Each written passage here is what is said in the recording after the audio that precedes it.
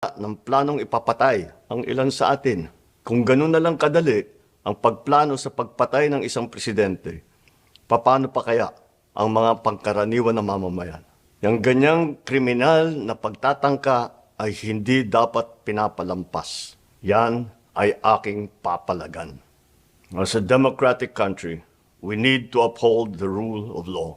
Ako, bilang pinuno ng Executive Department, at lahat ng mga nanunungkulan sa pamahalaan ay may sinumpaang tungkulin na tutupdin at pangangalagaan ang konstitusyon at ang ating mga batas. Kaya hindi tama ang pagpigil sa mga halal ng bayan sa paghahanap ng katotohanan. Hindi na sanang hahantong sa ganitong drama kung sasagutin lamang ang mga lehitimong katanungan sa Senado at sa House of Representatives. Ang katotohanan ay hindi dapat itokhang. Tapos na